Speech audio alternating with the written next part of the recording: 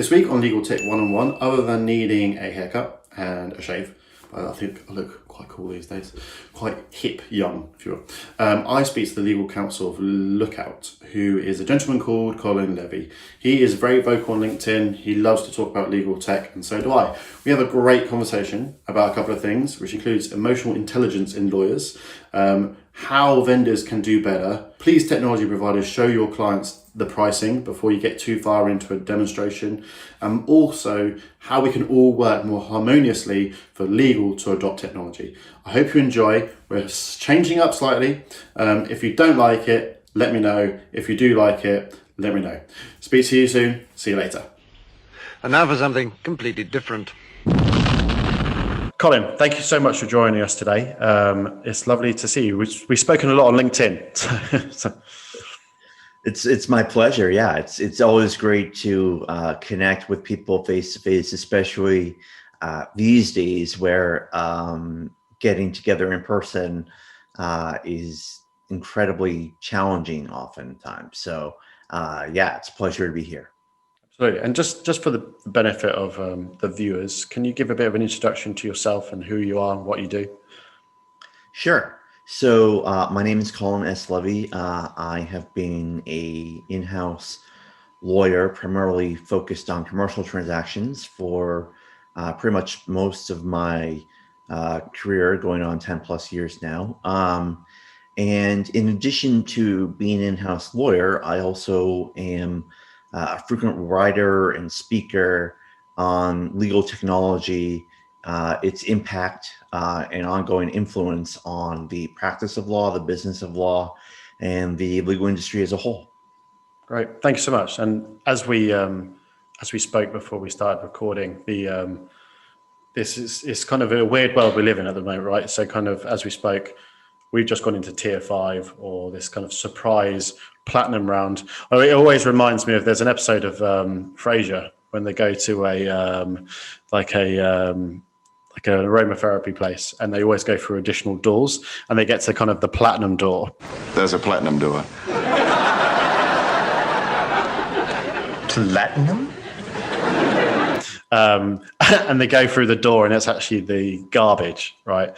And so that's how I feel at the moment, right, Colin? Is that we're going through these doors, and I'm just, it is what it is. But yeah, so I really want to take today to talk about those kind of a couple of things. You actually work for a competitor of ours, so it's new ground. It's new ground. Don't tell management; he'll be fine. But I'd be really keen for us to talk about a couple of things. So, number one, around why you think technology is so important when it comes to lawyers, and how it can improve lives, but obviously, kind of taking into account that technology isn't everything. And we have to kind of be kind of patient with people as well. And also talk about a couple of things you mentioned on LinkedIn around what law school didn't kind of teach you effectively, and what you've probably had to pick up along the way. So could you tell us a little bit about technology and you, and how you found each other?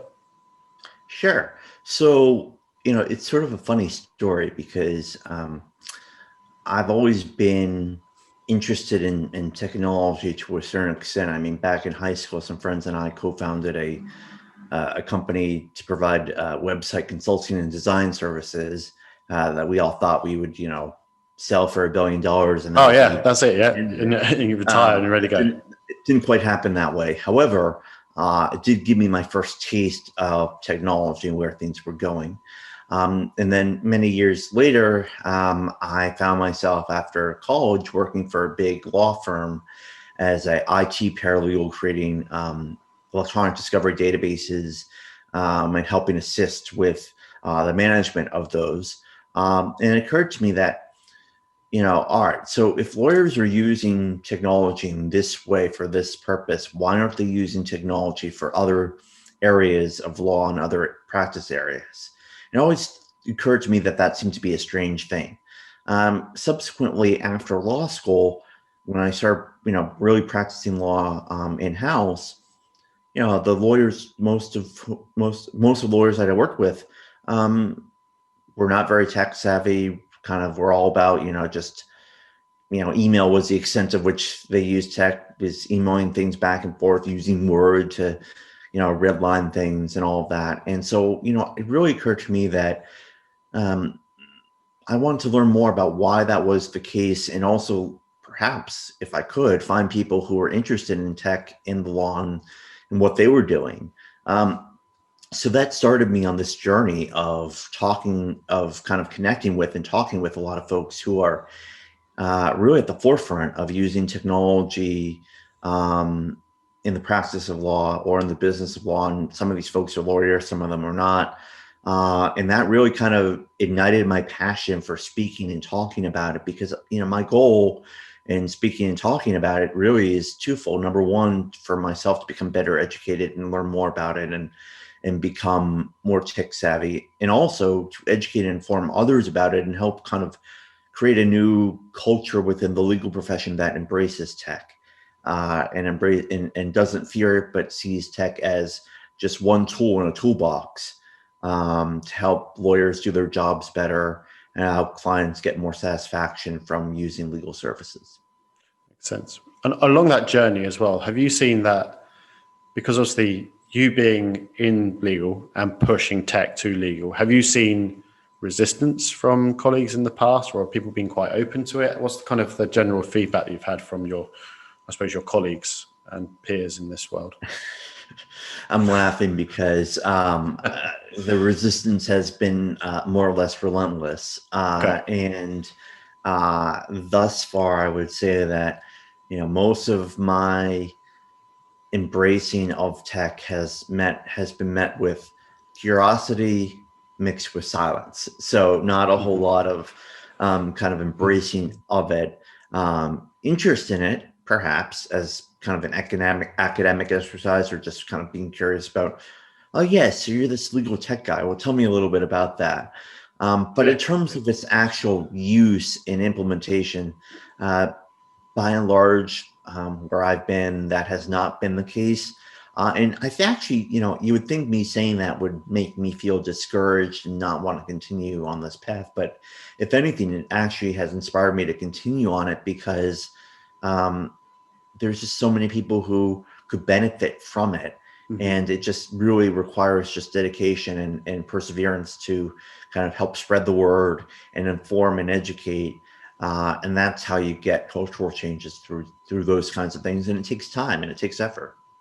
Makes sense. Is it, and this kind of comes back to kind of perhaps lawyers being lawyers. Do you think it's because naturally lawyers are fairly resistant to change, and those two things never really work really well? Or do you think there's anything more mysterious going on, why perhaps the legal profession has been kind of resistant to this adoption of tech? So I don't think it's really all that mysterious why the legal profession is resistant to technology. I think that, yes, there has been kind of an aversion to risk, certainly within the legal profession. And so there's that component of it. I think another component is this culture that has embraced kind of just doing things in a consistent, traditional way that they know, that they trust, and that has been tried and is true. And so I think that's another really strong component of why there remains resistance to technology. And also, I think there's this issue, particularly within legal departments, of, well, we're just so busy, we don't have time to change or time to address the problem. We just have to make do as we are because we're always putting out fires. And so I think that plays into it as well. Of course, the really kind of key thing is, well, if you actually took the time to address the problem, you would actually find yourselves being happier and more productive and more able to handle everything that's coming at you. Yeah, that's true. I think, do you think it's also that the adoption of tech has been kind of global, right? So I'm in sales, we use tech. So we use like Salesforce, loads of other stuff kind of to track and measure and what we do.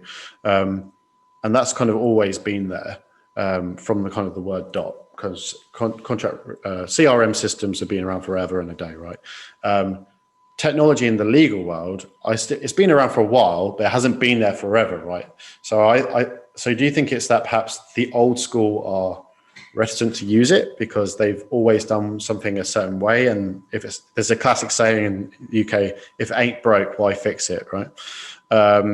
So they've never kind of seen that change. And now we're seeing the new lawyer world coming online, that they're more kind of there's an expectation of technology. Do you think?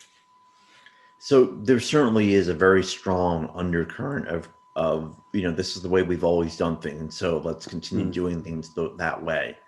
And again, I think that kind of goes back to the fact that lawyers just are steeped in tradition and are in some ways take pride in those traditions, as in some of those traditions they should take pride in. But certainly when it comes to delivering legal services to clients who more and more are becoming more knowledgeable about what they can expect from lawyers and what they should expect from lawyers, they need to kind of get with the program a little bit. No, that makes sense. And then I was actually really keen to talk to you as well about, so you kind of sit on the other side of the fence, right? So I sell tech, you buy tech. So do you think that us vendors need to do a better job of kind of supporting legal rather than just kind of me with my sales stick just whipping you guys and saying you should buy this stuff? Do you think there's a better way that the technology side of this world needs to support legal as well? So that's a really good question. And the way I would answer it is this. I think that both vendors and legal departments or law firms could be more collaborative, working together to find solutions that work. It shouldn't be a one-way street where a vendor has something to sell and they're trying to get the law firm or law department to buy that product as it is. I think that there could be better collaboration between both sides in terms of understanding what the problems are and then finding possible ways to resolve those issues. Of course, that also counts in part on the lawyers knowing what their problems are, which can be sometimes difficult. So in that regard, I certainly think that vendors can help identify issues without being too overhanded about it, saying, yeah, this is a problem, you're going to want to fix it, but more kind of, how do you feel about this? Do you think this could possibly be improved? And in an ideal world, how would you like to see this become better? And also, I think, and I've spoken about this before, but there also is something to be said, I think, about with all due respect to people who aren't lawyers working for vendors, but I also think lawyers just happen to like hearing from other lawyers about products. So to the extent that you can enable those kinds of conversations, I think would be helpful as well. That's true. And then, yeah, it's interesting kind of lawyers talking to lawyers. Well, it's kind of that peerage, right? So people are always very not keen to do things if people haven't done it in the past.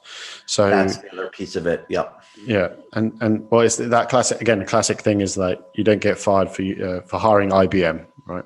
Probably less so now. But again, if your mate, the GC down the road, who does the same thing as you, but for a different organization, has bought a piece of tech, then obviously the risk appetite for you potentially is far less, right? Because you can see it working as well, which is tricky for startups. I always think that's the trickiest thing. So there's loads of startup tech in the world these days for legal as well, which is great. But I always think trying to get that start must be tricky, right? Because again, you're trying to sell to a group of people who are risk adverse and looking for that reference. So maybe, do you think that is there new pricing models you think could help, like new startups? So like, for example, like freemium options or things that potentially low risk to get in the door? Or do you think we're always going to be stuck in this kind of quite heavy pricing model? So I've always been a big fan of companies that are very upfront about their pricing. In other words, I've seen companies where you have to, if you want to know the price, you have to do a demo first. I don't really think that's the right approach. I would much prefer to see kind of basic pricing options. And then, if that pricing doesn't seem outrageous, then go ahead and have a demo and explore. Maybe there's another price that can be found or something like that. So, I certainly think there was something to be said about kind of a more transparent upfront approach to pricing, but I also get it at the same time. You don't want to kind of give away everything for free, but along lines what you're saying, a freemium option or some kind of try before you buy option wouldn't be such a bad thing, I don't think. It's I think that's an important thing you note, right? Because you don't want to waste everyone's time by doing a demo and then being like, it's 500 grand. So it's just like, well, Exactly. we just wasted everybody's time by having this conversation. So I think that vendors perhaps traditionally were super protective of their costs or their pricing, and it was this kind of behind the kind of the like it's just this great unknown until you kind of had agreed everything, and they're like, great, sign this, and you're like, how much is this? I hope that now perhaps even the sales kind of vendor side of this things, we're getting more mature. People are getting more comfortable with themselves to have those discussions up front, right? Because again, the numbers and the pricing discussions always going to happen. So if you do the demo or not, you're going to get to a point where you're going to have a chat about how much this thing's going to cost. And so if it's $5,000, that's one thing. If it's 500 grand, that's a different conversation altogether, right? So yeah, I think that's a very true point. The other thing I wanted to talk to you about, and because I talk to a lot of lawyers, I talk to a lot of legal operations specialists, talk to a lot of project managers at corporates within their legal departments, is kind of a post which I thought was quite interesting, and it seemed to resonate pretty well with LinkedIn as a whole as well. Looking at it, it's kind of the main things that law school didn't teach you, right? So again, before we started recording, we talked about my misgivings and my social and emotional intelligence potentially, which we won't go into. But what kind of drove you to kind of think about? Not, I think probably say the failings of law school is unfair, but perhaps what they didn't teach you. What kind of drove you to think about that? So I was just thinking about my experience as a lawyer and what I have learned through working at various companies as a lawyer in some capacity. And I just often would find that the job of a lawyer oftentimes is not at all related necessarily to the law itself, but more about these other kind of items that play a role in working, but not necessarily play a role in kind of being a lawyer per se. Which is why I mentioned emotional intelligence and people management, because a large part of my job historically and continues to be as a lawyer is building relationships with people, maintaining those relationships. And oftentimes the best way to do that is to understand where people are coming from. And what that means in practical terms is understanding that they have a job to do, you have a job to do, and understand that, if they're getting frustrated, understand why they're frustrated. May have something to do with you, may not have something to do with you. And if it does have something to do with you, understand, being able to understand why they would be frustrated and kind of addressing that point. And I think law schools, do a great job of teaching theory and history, but they don't do such a great job of teaching kind of emotional intelligence or people management. And I don't think it's necessarily kind of the law school not necessarily wanting to teach that. I think part of the issue is actually that folks who are teaching in law school aren't necessarily prepared to teach those things. Sure. So they don't. I will say some of the better professors I've had have at least in part addressed some of those items. But it's hard, I think, for law schools to teach those things because they're amorphous. There's no kind of set criteria to go through with regards to them. There's no textbook really. And quite frankly, there's a lot you need to cover, or there's a lot that law schools believe they need to cover. And oftentimes, these kind of more soft skills, so-called soft skills, aren't necessarily a priority. And I don't think that's necessarily, again, because law schools don't want to address them. Perhaps some don't, but it's more a function of who's teaching in the law schools and also what the priorities of the law schools have been in terms of trying to best, do what they historically have done, which is teaching theory and history. Yeah. Do you think it's also tied to kind of a syllabus, right? So that syllabus, let's just take law school A. That's a safe way to do it. That syllabus has been around for probably 20 years, right? And longer. And so there's probably a feeling that I'm sure they get reviewed and refreshed, but the core always stays the same. So because the core of law is always the same, regardless of kind of if it's us talking today or someone talking in 5 to 10 years time. But do you think perhaps, again, as we're coming into new people coming in and new professors coming on board and kind of perhaps have been through this cycle like you have, that there's going to be more of that change kind of in future lawyers and kind of almost an expectation by the guys coming in to be taught that they want to understand and better learn about soft skills? I would like to see that happen for sure. Will it happen? I think that depends in part upon how sort of inquisitive the incoming students are in law schools in terms of their expectations of what they want to get out of law school, and also how law schools address kind of the need to balance sort of more doctrinal teaching with teaching of some of these other kind of more business of law skills along lines kind of what business school folk tends to focus on. So I think it'll be interesting to see how it plays out. But my hope, and I think we'll start seeing more of this, is that law students will be demanding more of their law schools in terms of better equipping them to actually be lawyers when they graduate. Because the other thing to keep in mind is law school is not cheap. You're paying a lot of money for an education, and at least your expectation when you leave is that you'll get